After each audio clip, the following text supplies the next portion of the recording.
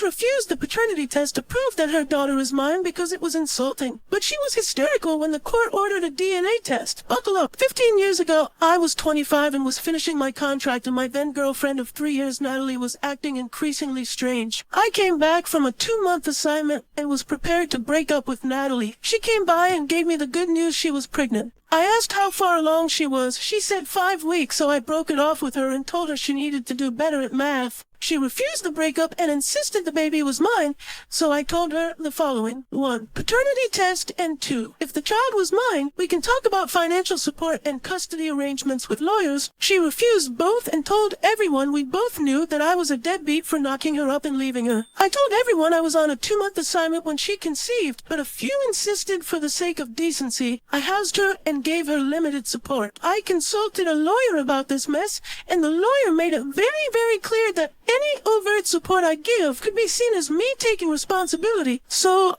I told these friends that, and most dropped it, except one guy who again insisted that charity couldn't be used as a legal cudgel like that. I told him if he believes that he can house her, he agreed to drop it after that. The child was born and not even going to do the whole, she didn't look like me, because most babies are born with squished faces, and all I saw were the pics she sent me with messages like, Emma wants to know where daddy is and crap. She still refused to take any paternity tests, but her constantly showing up with that baby got to the point where I filed an RO. Fun fact, in my state, a permanent RO is not in fact permanent. It is 2 effing years long. The only way to get it longer is if there was a violent crime associated. And apparently bugging someone with a baby that's not theirs is not a violent crime. So my life for the last 14 years was me renewing the RO every 2 years because once it clears, Natalie shows up again with my not child. I did eventually find a nice girl, got married, and now I have a 9-year-old son, Henry. My wife, Kim, is well aware of Natalie and Emma. When the cycle begins again, I always say the same thing. 1. Paternity test. 2. Once paternity is proven, I will take custody and get financial support set up. Natalie always refuses and says both are insulting. Recently, the cycle started again, and this time Emma showed up first. She approached my son during a school event,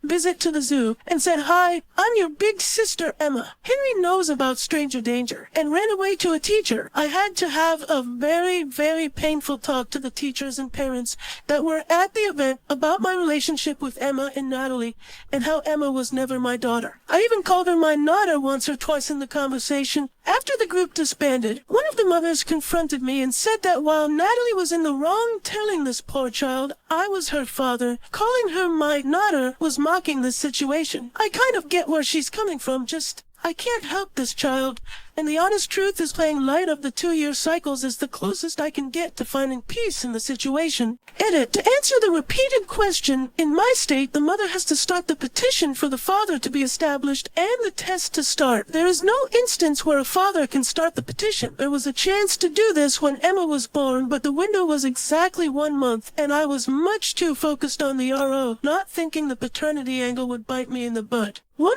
last time, to everyone saying just ask for custody, that'll force DNA test. Literally can't be done. Been through this enough with a lawyer and have consulted with other lawyers. There are laws protecting children, and a lot of them exist for good reasons. I'll explain it the way my lawyer explained it. Imagine there's a woman that ran from an abusive ex. She finds out after she escaped she's pregnant. She gives birth, never puts the X on the birth certificate, never tries to file for support because she wants to get as far away from him as possible. He finds out years later and tries to rope her back in using the child as leverage. She can just say no, and the state has to let it go. There is, however, a provision if the father was involved enough to know when the birth was that he could submit his DNA to the state within 30 days of birth as a potential father. But that time has long passed. The law is designed this way on purpose. In the eyes of the family court, I am a random person, and I was never claimed to Emma. If you think the state wants all children to be claimed by fathers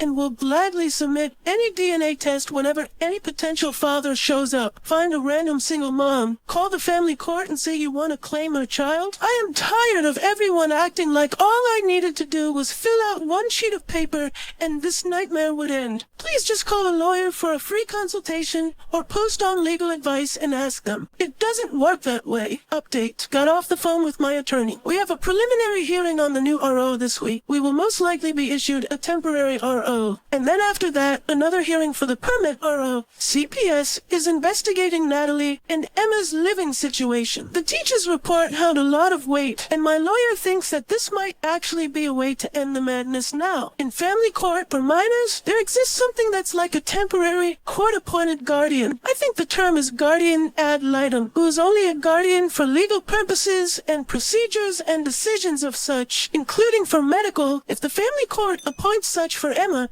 we can ask this temporary guardian for the DNA test. Get this put to ground. The madness might actually have an ending in sight. I feel like I need to explain the relationship I had with Natalie all those years ago. When I got back from my 2-month assignment, I was already dead set on breaking up with her.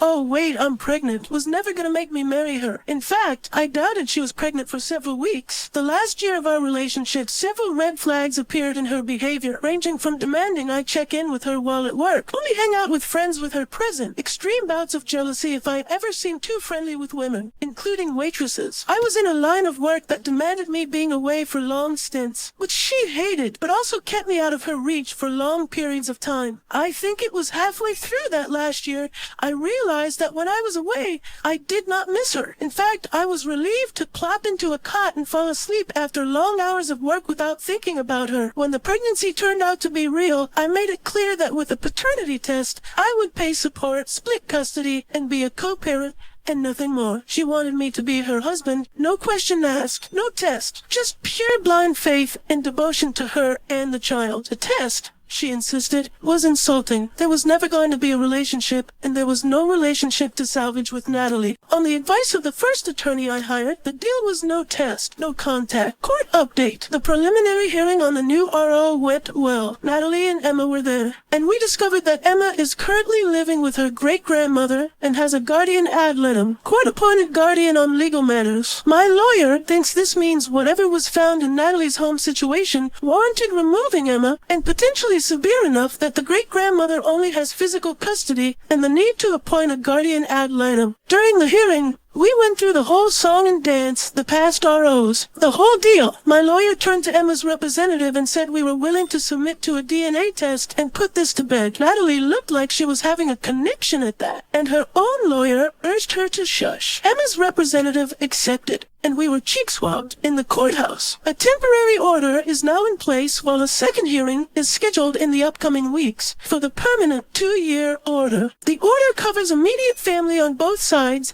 and as I've detailed in the past, Natalie is actually good with following court orders. Oddly, we have about 4 weeks before we have the definitive test results back, but I'm not too worried either way. There were some people who thought the court couldn't use Charity as a cudgel as the father. Well, that's Jim. I haven't talked to Jim in 10 years, but Jim is gay and hated Natalie. He just also happened to be a give the shirt off his backs kind of dude, and as long as I knew him, he volunteered at a food pantry. His protests came mostly from naivety, not self-interest. Paternity update. We got the results in late last week, as did Emma's party. I am not the father. Natalie had a major blow-up when she heard the news from her grandmother Sylvia. Emma's currently living at Sylvia's and is out of Natalie's custody. This blow-up included a major tantrum on my front lawn, which also violated the temporary RO. Natalie has been arrested and Sylvia hasn't bailed her out. Sylvia has communicated to my lawyer that she wanted to give her apologies for bankrolling Natalie's life the past 15 years. I only met Sylvia a few times when I was dating Natalie, and I know Natalie grew up with her, and Sylvia had money, but was never really told the extent of that. Sylvia has communicated via my lawyer, which is technically allowed with the RO in place, that both she and Emma want to send me an apology via a letter. I told my lawyer they were free to write whatever letters they wanted, as long as this was the last communication we had with them. The permanent RO is certainly going to be granted now, with the emergency one violated. We still don't know what caused Emma to be removed from Natalie's care, or if Natalie has any underlying issues. If we do get the letters, I will post them. Update. Got the letters. I got them Friday, after my lawyer read them, and deem them okay. Sylvia's letter was detailing Natalie had a rough family life. Stuff I already knew about Natalie's father running out, then her mother, leaving Sylvia to raise her. A lot of I did my best with what I had. Sylvia detailed that her and Emma will be okay. She does still have some money. Not FU money, but enough that Emma will have enough to get a very decent jumpstart in life when she turns 18. Sylvia housed Natalie and Emma in a house she owned in the city, while Sylvia lived about an hour north, out in the country. She sent Natalie money monthly for expenses and saw them about 4 times a year. Birthday, Easter, Thanksgiving, Christmas. As for Emma's living situation, the only thing Sylvia said was the photos she saw of the city house broke her heart. Needless to say, Sylvia pledged to not enable Natalie anymore. Emma's letter was a lot sadder. It started with "Father who is not my father," which I found weird. She detailed how Natalie told her that if she behaved, I would accept her. My acceptance of her hinged entirely on Emma doing as told. Emma said Sylvia has her in therapy, and that Natalie told them both that I was dodging the test using legal loopholes. She said seeing me suggest the test in person made her feel like Natalie was right. I was able to accept her. She felt happy and hopeful. When the results came in, she said that was worse than not knowing at all. She apologized for scaring my son. Brother who is not my brother, as she said in the letter. There is a weird tone to her letter, and I feel like she is coming to terms with things. The letter did hurt to read, but both of them pledged to not interact with any of us anymore. Natalie is still in jail. Maybe it's finally over.